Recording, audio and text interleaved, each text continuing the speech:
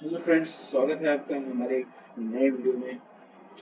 और आज की वीडियो होने वाली है कि भाई टैली कंपनी जो इतनी पुरानी ट्रस्टेड कंपनी थी एक समय था, और आज के समय में इसका user experience one of the worst, मैं कहूँगा एकदम घटिया। अब तक मैंने जितना भी अकाउंटिंग सॉफ्टवेयर ट्राई किए हैं, बिजी हो गया, माल हो गया, उन सब में सबसे घटिया यूजर एक्सपीरियंस मुझे इस समय टैली का मिल रहा है। और ऐसा नहीं है, मैं बहुत पहले लंबे समय से ही टेली यूज करता रहा हूँ, बट अभी टेली प्राइम का मैं पछता रहा हूँ कि मैंने टेली का जो है लाइसेंस परचेज ही क्यों किया। एक तो मुझे इतना कॉस्टली लाइसेंस पड़ा, हर साल का जो रिन्यूअल कॉस्ट होता है टीएसएस का, वो भी बहुत ज्यादा कॉस्टली होता है, 5 साढ़े 4 हजार के आसपास कॉस्ट करता है। और देते क्या है, साल भर में एक अपडेट देते हैं, वो भी उसमें इतने बग होते हैं, इतने ग्लिच होते हैं, ठीक से काम नहीं करता है। टोटली वेस्ट ऑफ मनी है मेरा। और आपसे भी मैं यही रिक्वेस्ट करूंगा, please don't buy Tally, don't go for Tally. Market में बहुत सारे ऑप्शन अवेलेबल हैं, और इससे अच्छे और बेहतर ऑप्शन अवेलेबल है अपने लोकल जो भी आपके जो है सॉफ्टवेयर प्रोवाइडर हैं इस तरह के अकाउंटिंग के सॉफ्टवेयर के लिए। आप उनसे कांटेक्ट करिए, टैली के पीछे मत भागिए। क्योंकि मैं आपको ड्रॉबैक बताता हूँ कि क्या क्या प्रॉब्लम आती है। फर्स्ट ऑफ ऑल, जब से टैली प्राइम रिलीज हुआ है तब से इतने बग आ रहे हैं, इतने सारे बग देखने को मिल रहे हैं, मतलब कोई भी फंक्शन, कोई एक ऐसा फंक्शन नहीं है इनका जो ठीक से प्रॉपरली वर्क कर रहा हो। कुछ ना कुछ माल फंक्शन, कुछ ना कुछ उसमें ग्लिच या बग जो है वो जरूर है। और आप एंट्री करते समय, आप जो है आप मैनेजमेंट करते समय आप इतने परेशान रहेंगे। या तो आप बार बार फोन लगाओ टेली केयर को, और टेली केयर का ऐसा सिस्टम है भैया, सीधे एक्सपर्ट से आपको कांटेक्ट नहीं कराएंगे, पहले आपको टेली कस्टमर केयर को कॉल जाएगा। वहां आप अपनी रिपोर्ट करोगे प्रॉब्लम, उसके बाद फिर वो आप कहेंगे ठीक है भैया हम टिकट इशू कर रहे हैं अपने एक्सपर्ट की। फिर एक्सपर्ट पे कांटेक्ट जाएगा, एक्सपर्ट आएगा आपका स्क्रीन शेयर लेकर, एक्सेस लेकर टेली का, देखेगा ताकेगा, उसमें आधा एक घंटा माथापच्ची करेगा एक छोटे से प्रॉब्लम के लिए। उसके बाद कहेगा भैया ये टेक्निकल इशू है, इसको हम रिपोर्ट कर दे रहे हैं, अगले अपडेट में सॉल्व हो जाएगा। खास अगले अपडेट में सॉल्व होगा, अगले अपडेट में क्या सॉल्व होगा क्या नहीं सॉल्व, भूल जाइए उसको, अब वो छोड़ दीजिए। अब वो आपका चैप्टर वहीं पे टिकट क्लोज कर देंगे, आपका बग वैसे का वैसे ही रह जाएगा। मैंने कितनी दफा इनको बग रिपोर्ट कर दी है, बहुत सारी चीजों के लिए मैंने बताया है, लेकिन इनका जैसे कोई रिस्पॉन्स ही नहीं है। सपोर्ट के नाम पे एक व्हाट्सएप सपोर्ट लेकर आए हैं, टेली व्हाट्सएप सपोर्ट, जो कि एकदम थर्ड क्लास का है। उसमें एक ऑप्शन होता है चैट टू एक्सपर्ट, और वो ऑप्शन बाय डिफॉल्ट वो क्या अभी बताएं, मतलब आप अगर ऑप्शन सेलेक्ट कर देते हो तो कोई एक बंदा ज्वाइन करेगा चैट को, आपको मैसेज आएगा कि फलाने ने चैट ज्वाइन कर लिया। उसके बाद कोई रिप्लाई नहीं, आप मैसेज पे मैसेज करते रहो, रिप्लाई ही नहीं आएगा। अंत में थक हार कर आप ही इंड चैट कर दोगे, या फिर अपने आप बाय डिफॉल्ट वो चैट इंड हो जाएगा। व्हाट्सएप सपोर्ट नाम पे ठेंगा दिया है और कुछ भी नहीं दिया है। ठीक है, तो मैं ये नहीं कर रहा हूँ कि शुरू से ही ऐसा था, पर मुझे टैली ईआरपी वर्जन जो था वो जितने अच्छे से, जितने फ्लॉलेसली, जितना स्मूथली वो वर्क करता था, उसमें बग नाम की कोई चीज नहीं थी। लेकिन जब से ये टैली प्राइम में अपडेट हुए हैं, जब से शिफ्ट हुए हैं टैली प्राइम में, तो चलिए पहले बता देता हूँ कि क्या क्या मुझे प्रॉब्लम यहाँ पे देखने को मिले करेंट सिनेरियो में, मुझे कौन कौन से बग मैंने नोटिस किए। तो बग नंबर 1, सबसे पहला बग जो मैंने नोटिस किया है वो है जीएसटीआर 1 में। अब यहाँ पे जीएसटीआर 1 में अगर आप अकाउंटिंग वाउचर टाइप में अगर आप एंट्री करते हैं, मतलब कि इन्वेंट्री नहीं, वाउचर टाइप, अकाउंटिंग टाइप, तो यहाँ पे एचएसएन में बाय डिफॉल्ट ये जो एचएसएन आप देख रहे हैं ना, यहाँ पे किलोग्राम, किलोग्राम, उसकी क्वांटिटी, ये सारी चीजें, ये जो है ये फिल ही नहीं होंगी। आपको नहीं मैनुअली फिल करना पड़ेगा यहाँ से, अल्ट्रा समरी में जाकर, आपको अल्ट्रा समरी में जाकर यहाँ पे मैनुअली फिल करना पड़ेगा। और मैं आपको ऑप्शन एग्जांपल दिखा रहा हूँ कि कोई एक सा एग्जांपल आपको दिखा रहा हूँ। जैसे इनका ले लेते हैं, 1/6 से 30/6, ठीक, सॉरी इनका तो है ही नहीं।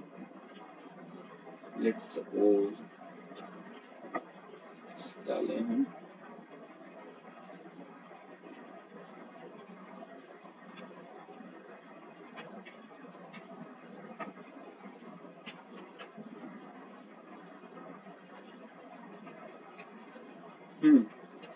इनका देखते हैं। तो यहाँ पे जो अदर यहाँ पे है ना, ये अदर लिखा ही नहीं रहेगा, अदर नाम की कोई चीज नहीं रहेगी। आपको मैनुअली यहाँ पे फीड करना पड़ेगा पहली चीज।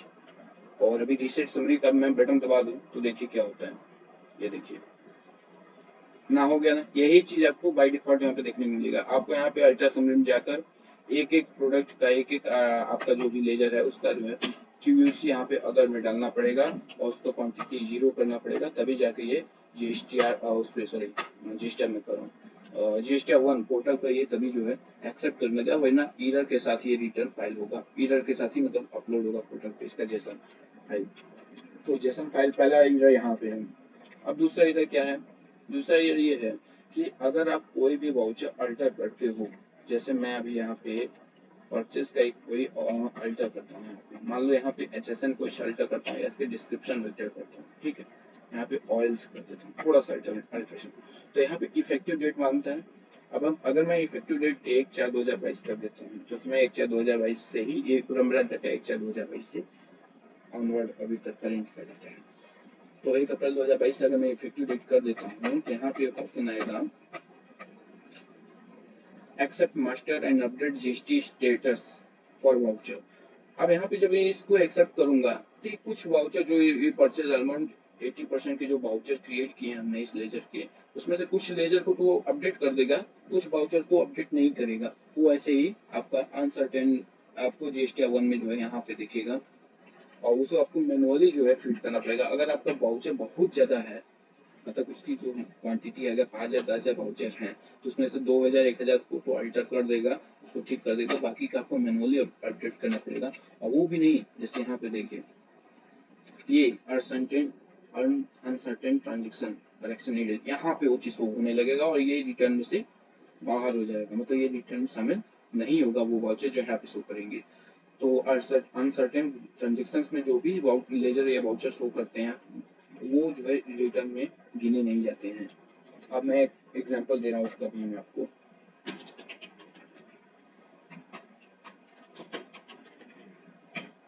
अब मैंने मेरा एक पार्टी है,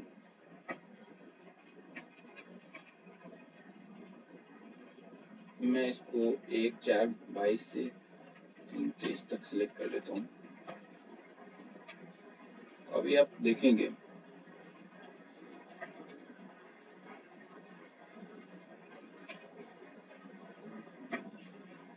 यस, देखिए अनसर्टेन ट्रांजेक्शन करेक्शन नीड है, आपको मैनुअली इसको करेक्शन को सही करना पड़ेगा हाथ से, इसको कोई ऑप्शन नहीं है। पहली बात तो यहाँ पे कोई ऑप्शन इन्होंने नहीं दिया कि सिलेक्ट करके एक साथ एक ही बार में आप अल्टर कर दें जो भी करेक्शन है, ठीक है, ऐसा कोई ऑप्शन नहीं, ये ऑप्शन बहुत जरूरी था।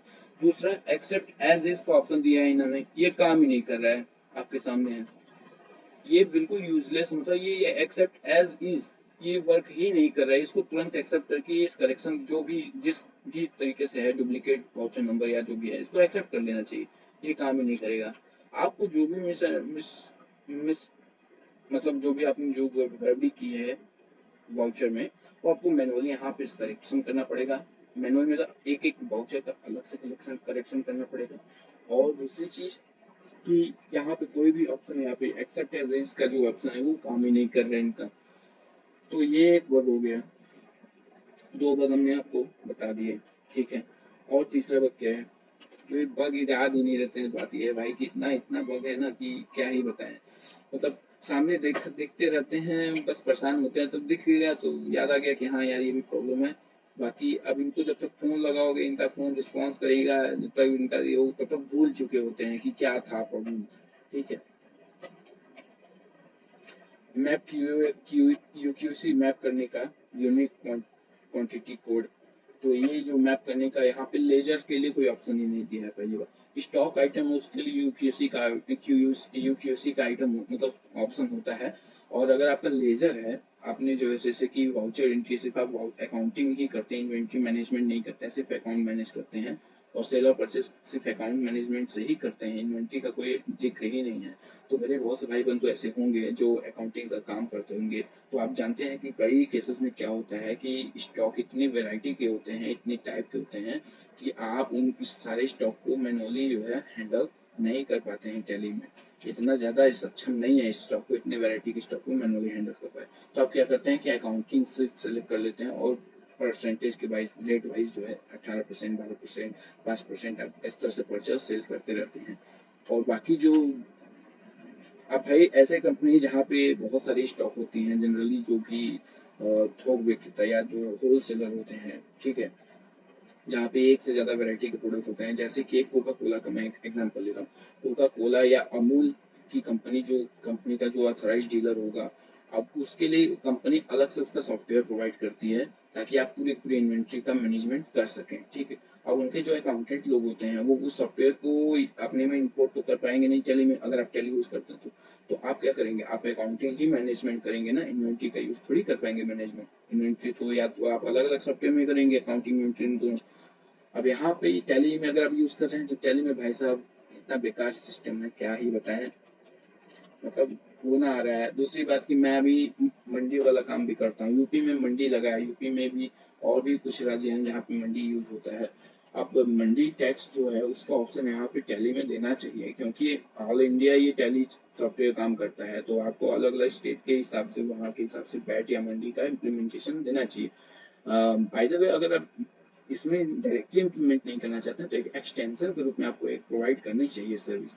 मंडी नाम का कोई चीज यहाँ पे उन्होंने प्रोवाइड नहीं किया है, तो उसका तो छोड़ ही दीजिए। अगर मंडी वाला काम करते हैं तब तो टैली आपके लिए यूजलेस है, कोई काम का नहीं है। मैंने कई बार इनसे कहा भाई मंडी सिस्टम को इम्प्लीमेंट करिए, वैट के जीएसटी के अगर कैटेगरी है उसको इम्प्लीमेंट करिए, नहीं तो फालतू के फीचर देंगे जो कि छोटे व्यापारियों के लिए किसी काम के नहीं होते हैं और सिर्फ बड़े व्यापारियों के काम के ही होते हैं। तो मुझे लगता है कि टैली से बड़े व्यापारियों को ही फोकस करके बनाया जा रहा है।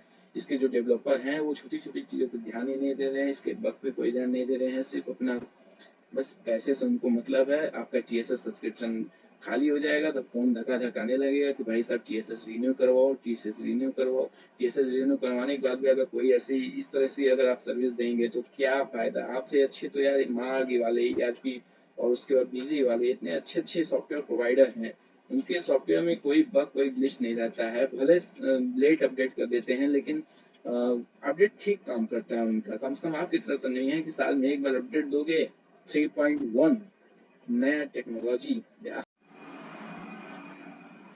हेलो फ्रेंड्स, छोटा सा एक और बग मुझे देखने को मिला है, अभी नोटिस किया है हमने। अभी लेटेस्ट टैली के latest version tally prime 3.0 beta release में एक बग देखने को मिला है। तो ये जो है काउंट 1 है बग रिपोर्टिंग का। तो यहाँ पे क्या है कि पुराने वाले टैली में, मतलब 2.1 रिलीज में जब हम पेमेंट करते थे, लाइक पेमेंट में जब हम स्टेटरी पेमेंट करते थे तो वहाँ पे ऑप्शन आता था रिसिपेंट लायबिलिटी का payment, regular, other, so advance, ये 4 ऑप्शन आते थे। तो अगर आप अदर या एडवांस में अगर लेकर आप पेमेंट किए होंगे, ठीक है, पीछे के वाउचर्स में, सो ये जो जब ये डाटा मर्ज हो रहा है, मतलब डाटा जब ये कन्वर्ट हो रहा है 3.0 के लिए, माइग्रेशन जिसका हो रहा है डाटा का, तो ये माइग्रेशन सही माइग्रेशन नहीं हो रहा है। क्योंकि अगर आपने रेगुलर या रिसिपेंट लायबिलिटी को सिलेक्ट किया था payment of nature of payment में, तब तो ठीक है। अगर आपने एडवांस या other nature of payment select किया था तो आपका जो है वो ऑटोफिल वाला सिस्टम खत्म, मतलब उसमें से ऑटोफिल अप्लाई नहीं होगा, हट जाएगा। जैसे कि मैं आपको दिखा रहा हूँ, मैंने पेमेंट सेलेक्ट कर लिया है,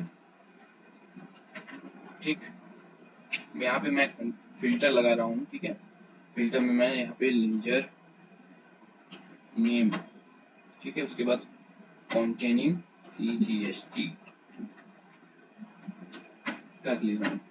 तो आप देख सकते हैं कि इतना सारा जो ये पेमेंट हमने यहाँ पे किया हुआ है ये स्टेटरी पेमेंट था, और इसका जो नेचर ऑफ पेमेंट था वो हमने रखा था एडवांस में अंडर GST पेमेंट। तो यहाँ पे फिर आपको यहाँ पे ऑटो फिल वाला ऑप्शन देखने को नहीं मिलेगा। अब अगर आप एक एक को ऐसे डुप्लीकेट करके और उसके बाद ऑटो फिल करते हैं तो जाकर आप इसको कर पाएंगे। पर ये सोचने वाली बात ये है कि ये इतना ज़्यादा टिटिम्मा करेगा कौन, मतलब आप खुद सोचिए कि इतना ज़्यादा प्रॉब्लम अगर हमको फेस करना पड़े, क्योंकि अगर आप एक एक करके ऐसे ऑटो फिल करेंगे, इसको डुप्लीकेट करके यहाँ पे ऑटो फिल करेंगे तो कितना ज़्यादा टाइम वेस्ट होगा, उस पर आप सोच सकते हैं। तो ठीक है, अभी फिलहाल में तो करना ही पड़ेगा। तो ये अप्रैल का मार्च से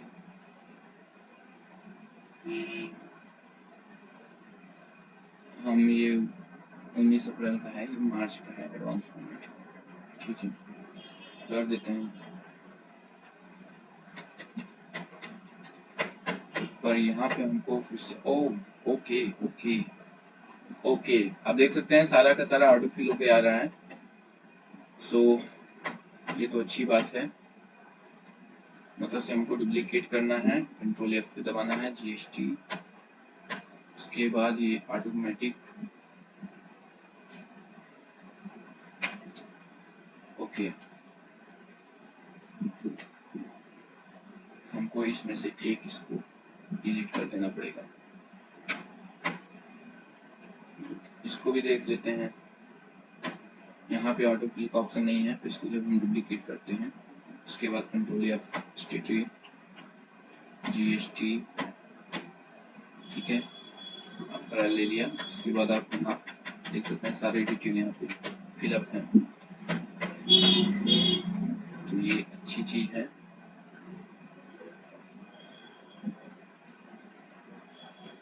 चलिए सर यहीं तक है।